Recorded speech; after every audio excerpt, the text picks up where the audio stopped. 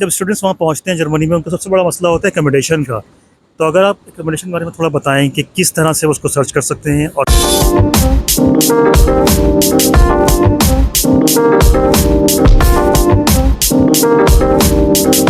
जी, अस्सलाम वालेकुम ज़ुहैब, कैसे हैं आप? खैरियत से हैं?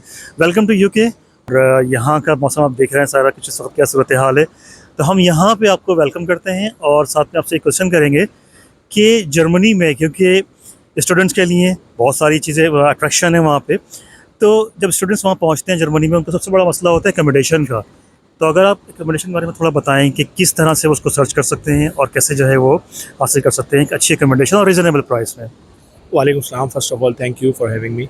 और दूसरा ये है कि बिल्कुल एकोमोडेशन का पूरे यूरोप में ही, ऑलमोस्ट यूके में भी, जर्मनी में भी प्रॉब्लम है, और अभी कुछ ज़्यादा प्रॉब्लम हो गया है लास्ट 2 ईयर से। लेकिन जो स्टूडेंट्स वहाँ से आ रहे होते हैं, स्पेसिफ़िकली जर्मनी की अगर मैं बात करूँ, तो उनके लिए सबसे बेस्ट ऑप्शन और रीज़नेबल ऑप्शन यही है कि वो अपनी यूनिवर्सिटी के एकोमोडेशन के लिए अप्लाई करें। क्योंकि यूनिवर्सिटी के, जिस सिटी में उनकी यूनिवर्सिटी है, वहाँ पर डिफरेंट लोकेशंस पे उनके बहुत सारे स्टूडेंट डॉर्म्स होते हैं, जो कि शेयरिंग में भी होते हैं और सिंगल प्राइवेट रूम्स में भी होते हैं। ऑब्वियसली वो थोड़े से एक्सपेंसिव होते हैं, लेकिन स्टूडेंट्स के लिए बेस्ट यही है कि वो यूनिवर्सिटी में एकोमोडेशन ढूंढें as soon as possible. Otherwise फिर उनको बाहर जाना पड़ता है और प्राइवेट जो वेबसाइट्स हैं उनके थ्रू सर्च करना पड़ता है, जिसमें एक वेगे gesucht.de है।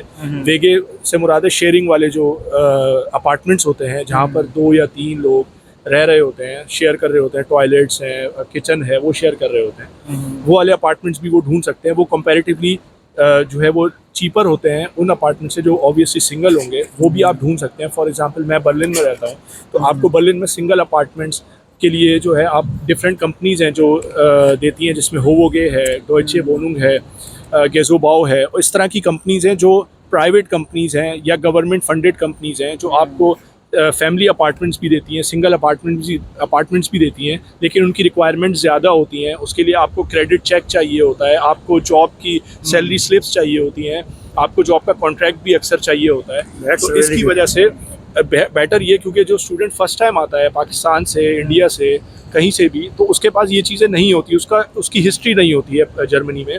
तो इसलिए वो उनको स्टूडेंट्स को वो नहीं एकोमोडेट करते वहाँ पर। इसलिए बेटर स्टूडेंट्स के लिए यही है कि वो स्टूडेंट एकोमोडेशन में अपने लिए एकोमोडेशन ढूंढें। That's really wonderful information. अब यहाँ पे सवाल ये पैदा होता है कि जो पाकिस्तान से आ रहे हैं स्टूडेंट्स, वो क्या पाकिस्तान से आने से पहले ही मतलब अप्लाई कर सकते हैं एकोमोडेशन के लिए? क्या यूनिवर्सिटी उनको फैसिलिटेट करेगी, उनको वो तमाम फैसिलिटीज़ देगी कि आप वहाँ से बैठ के अपनी एकोमोडेशन अरेंज कर लें, ताकि जब आप जर्मनी पहुँचें तो आपको उसके लिए तकद्दुम ना करनी पड़े? तो वो वहाँ से बैठ के क्या यूनिवर्सिटी से कॉन्टैक्ट करें या कोई एजेंट से ही बात करें? आप क्या रिकमेंड करते हैं? देखिए, प्रोसेस ये है वहाँ पर कि जब आपको एडमिशन आ जाता है यूनिवर्सिटी से जर्मनी की, तो जिस सिटी से आपको एडमिशन आता है, जिस यूनिवर्सिटी से आता है, वो लोग आपको नॉर्मली जो एकोमोडेशन के लिए ईमेल में भी कुछ लिंक्स भी दे देते हैं, कुछ लोगों का पता भी बता देते हैं, और नॉर्मली उनकी वेबसाइट्स और सारी चीज़ें होती हैं हर सिटी की, हर यूनिवर्सिटी की। तो आप वहाँ से जाके अप्लाई भी कर सकते हैं। उनके कोऑर्डिनेटर्स भी होते हैं जो आपको हेल्प आउट कर रहे होते हैं, जो यूनिवर्सिटी के होते हैं, प्राइवेट एजेंट्स नहीं होते वहाँ पर। अच्छा, मैं यहाँ पे सॉरी आपको मैं इंटरप्ट करूँगा।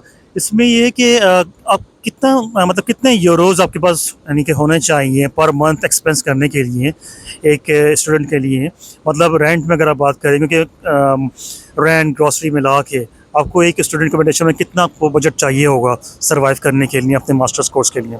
देखिए, स्टूडेंट अकोमोडेशन का अगर मैं पूरा हिसाब किताब आपको बताऊं, तो अगर स्टूडेंट का बताऊं, स्टूडेंट अकोमोडेशन का नहीं, तो स्टूडेंट का ये है कि एक तो उसको रेंट पे करना है, फिर उसको हेल्थ इंश्योरेंस हर महीने की पे करनी है। 120 euros I think student insurance है, जो कि हर मंथ उसको पे करनी है।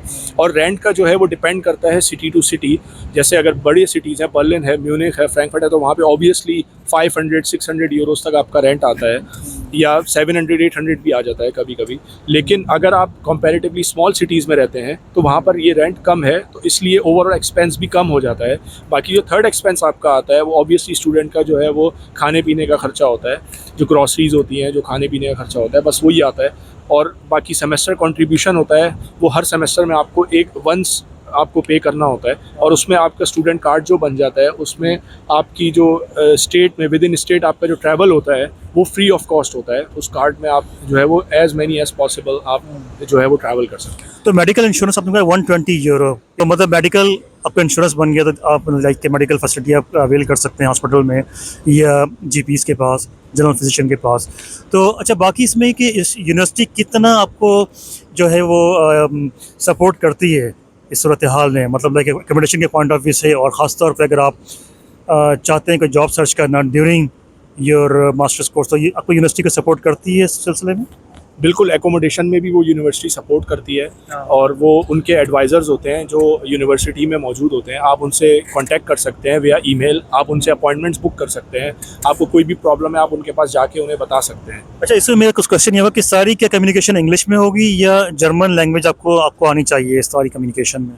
देखिए, अगर आपकी अगेन लैंग्वेज ऑफ इंस्ट्रक्शन अगर इंग्लिश में है कोर्स की, तो उनके पास इंग्लिश स्पीकिंग एडवाइज़र्स भी होते हैं जिनसे आप ईमेल पे भी कोऑर्डिनेट कर सकते हैं, और अपॉइंटमेंट भी बुक करेंगे तो वो इंग्लिश में बिल्कुल आपसे कोऑर्डिनेट कर लेंगे। दैट्स रियली फंटास्टिक, क्योंकि अगर आप देखें तो जर्मनी में ख़ास तौर पे मास्टर्स कोर्स का फ्री होना एक बहुत बड़ी अट्रैक्शन है तमाम इंडियन पाकिस्तानी स्टूडेंट्स के लिए और तमाम साउथ एशियन स्टूडेंट्स के लिए, क्योंकि मास्टर्स कोर्स अगर आपको मिल रहा है फ्री ऑफ कॉस्ट तो इसको आप ज़रूर अवेल करें। और जर्मनी में काफ़ी टाइम से ये फ्री ऑफ कॉस्ट है, लेकिन क्योंकि बाकी एक्सपेंसेस के बारे में लोगों को पता नहीं होता, इसका जो क्राइटेरिया है, जो इसका पूरा प्रोसीजर है, वो अक्सर लोग नहीं जानते हैं, तो बहुत सारे मास्टर्स कोर्स को मिस कर देते हैं।